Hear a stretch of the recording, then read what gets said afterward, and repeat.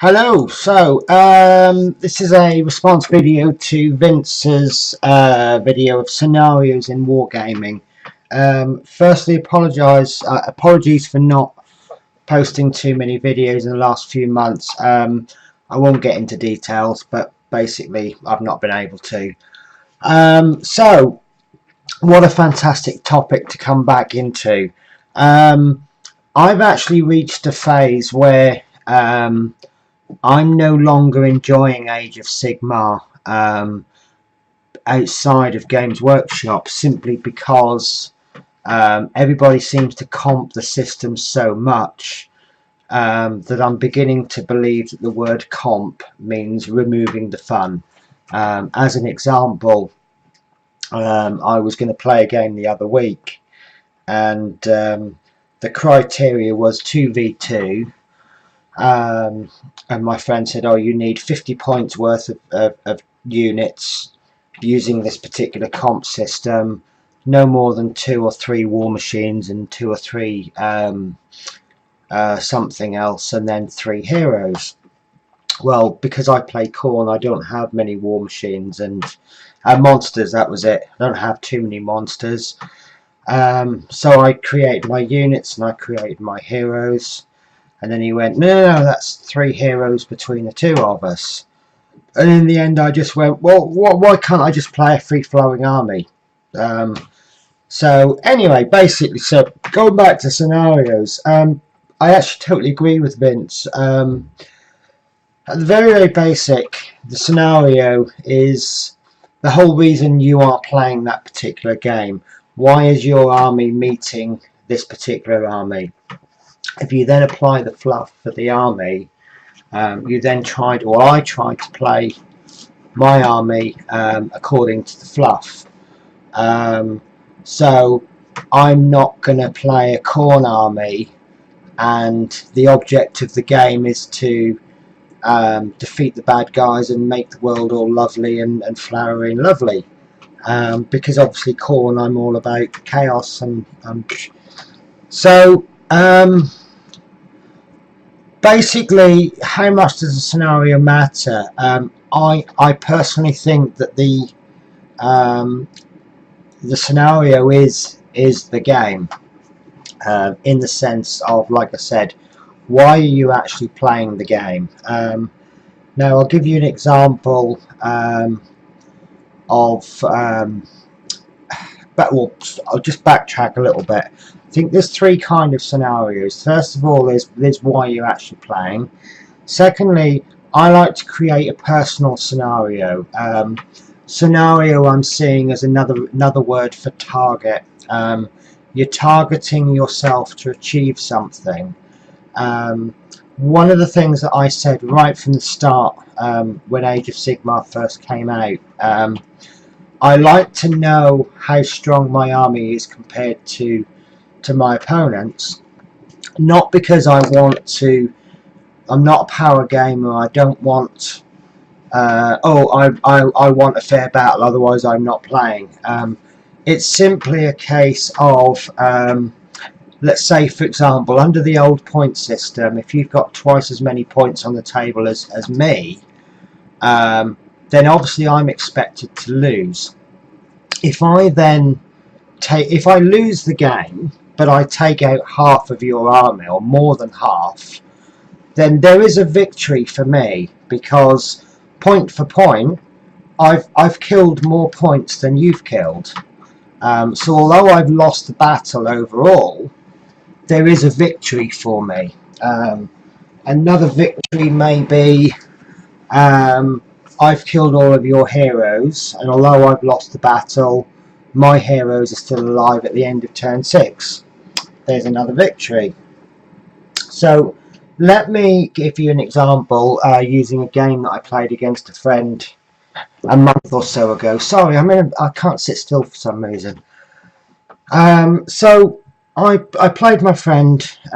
He plays Khorne army and I play Khorne, and I tend to like to just put new models down, something I've never played with, and then I might post on Facebook or something, things I've learned from Age of Sigmar today. Now, this particular this particular game, he played a more powerful army than me, but I had 2 wizards. The scenario being that I've captured, although I'm a corn army, I can appreciate the benefit of summoning. So we've captured 2 Zeech wizards, and we're actually using them. We've got them in stocks, and it's like a big pokey bag. You know, if you poke here, you can get some blood letters, and if you poke there, you'll get a herald. And what I wanted to do, my own personal scenario, was, can I readdress the balance using summoning? And in this particular game, turn 1 I summoned a unit of bloodletters and a demon prince, and the second turn I tried to summon more bloodletters and failed, and then summoned something else, I can't remember what it was, and then I saw that I felt the armies were quite balanced now.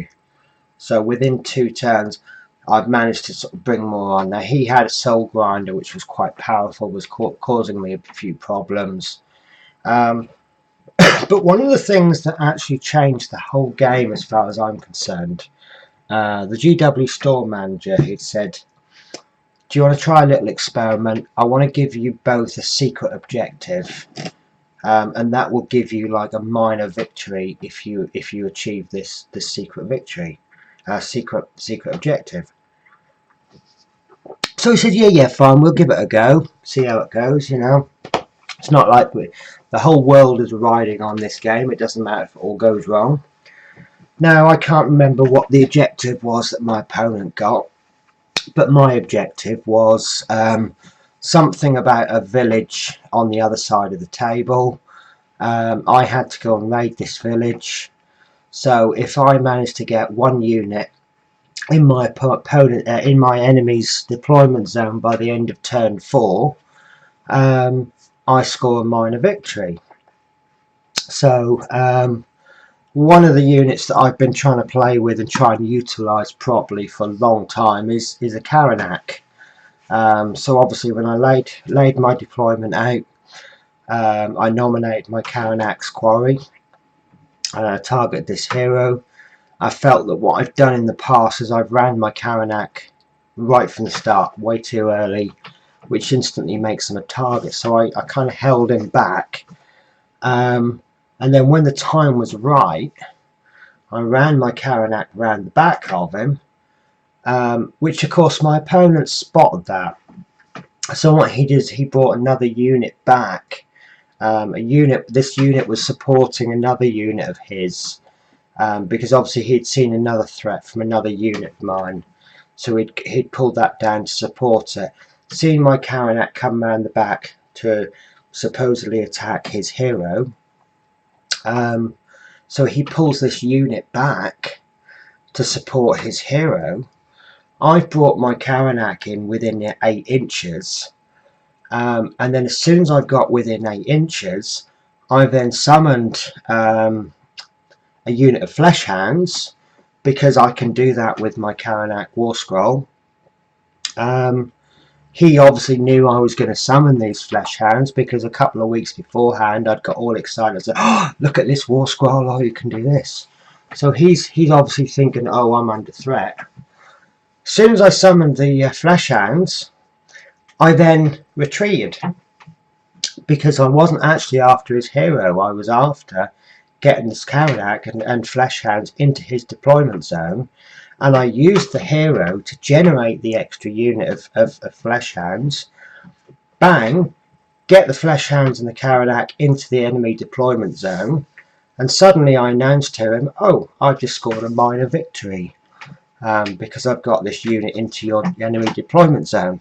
The added bonus is that the unit that he's got that was supporting another unit has now been pulled back, which makes it easier for me to destroy that particular unit. Bang! All because of a scenario. It's completely changed the whole game. And to be honest with you, I think that's one of the best games I've played. I've also looked at the tournament scene, and let's say for argument's sake, I can't remember the name of the comp system, but there's one where you get 20 pull choices or something like that, and what you could theoretically do is put Archeana on and then some Vanguard, and don't know if it would be a very powerful.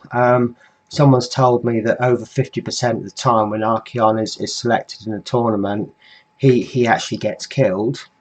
But you know, you've got Archeon, I think he's 7 points, and then 13 points worth of Vanguard at something like 3 points a model. Fantastic. However, one of the ways to score points in this tournament is that you have to have a unit that has more than one model, and the unit has to have more than 5 wounds, has to pick up objective markers, and there's 6 objective markers. Well, because you've ploughed so many points into one model, you then don't have the big units to pick up the... So you're never actually going to win this tournament, because although you might be able to just wipe your opponent off the board, you can't pick up these objective markers. So again, this particular scenario, it changes the way you play. I think I agree with you, Vince. I think one of the things you were trying to say is that if you want to just put your unit one side of the table, your opponent the other, and you just clash in the middle, if that's your scenario, that's absolutely fine. But I don't think everybody wants to do it like that. So yeah, I think scenarios are extremely important, even if your scenario is just a very basic one. And I think that as you gain more experience, you can make your scenarios much more complex. Like I say, because people are trying to use a comp system, for me that's actually ruining the game of Age of Sigmar, and I'm actually starting to get to the stage where I'm looking at other game systems, which is such a shame, because Age of Sigmar, I think, is a really good game, and I think it has the potential to be much more.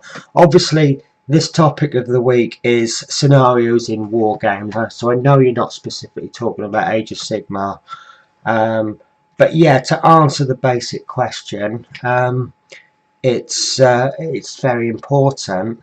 And you know, I just want to mention that there's where I've just moved to, the local Games Workshop store has actually started a new campaign, and their scenario is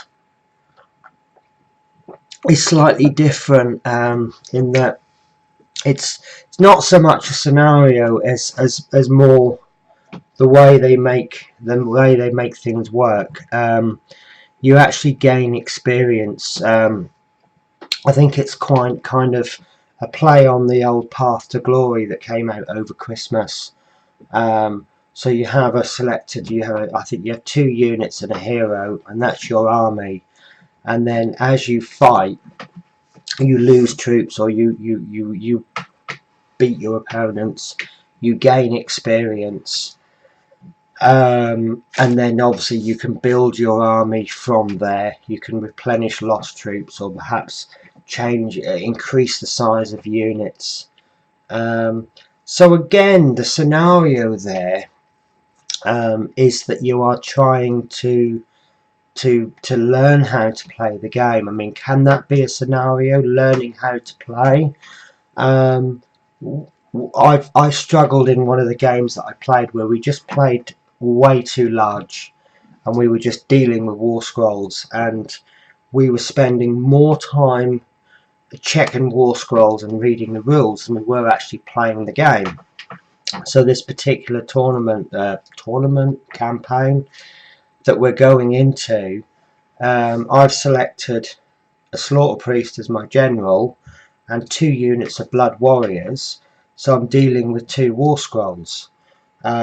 So my scenario is that it's kind of a personal scenario, is to gain the experience, learn how to use the war scrolls, completely change the units, Once I've worked out how to utilize Blood Warriors properly, maybe change one of those units to something else that might perhaps work well.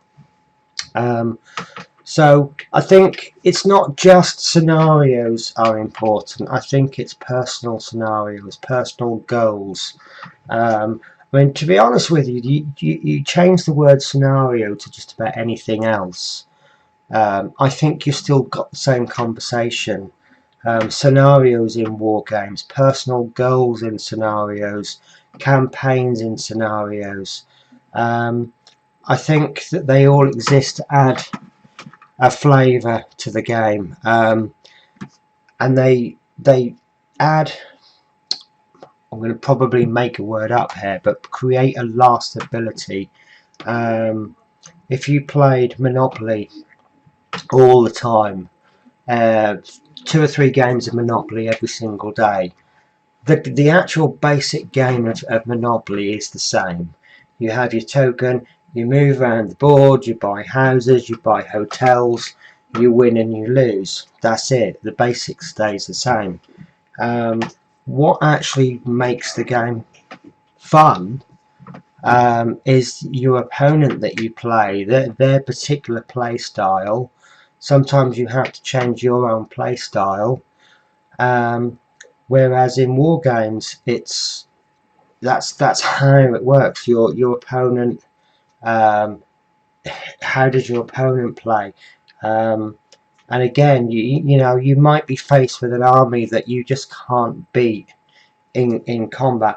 I really did enjoy one of the things that you mentioned was, for example, you may have a unit that's not particularly killy. So I might be sitting on a unit that I know if I went head to head with this particular unit, I'm going to lose. But perhaps my unit is fast, so perhaps I can do something else with it. And I think that that is the key. In the past, I've heard people say, "Oh, that unit's not very good. It's not very strong. It's very weak." No, it's not meant to necessarily be a strong unit. It serves a particular purpose. A really good example is an archer unit. Units that have shooting skills, crossbows, bows, longbows, short bows, they aren't meant to be in hand-to-hand combat. That's why they have a bow and arrow. They are designed to stand quite far back in the battlefield and just rain lots and lots of arrows down on you. Whereas most of the units that I have in my Khorne army, they are designed to get into combat and just smash you apart. So anyway, as per usual, I digress. So that's my opinion on scenarios. I feel that you need to set your own personal scenario or personal goal. I feel that the game needs a scenario, and I've forgotten what the third point is now. So, but yeah, no, very important. I think scenarios basically is the salt and pepper on a meal. They add flavour to it. They enhance your game experience. And sometimes, and quite often, they force you to change your style of play. So yeah, with that, thank you very much. If I remember how to stop this, take care.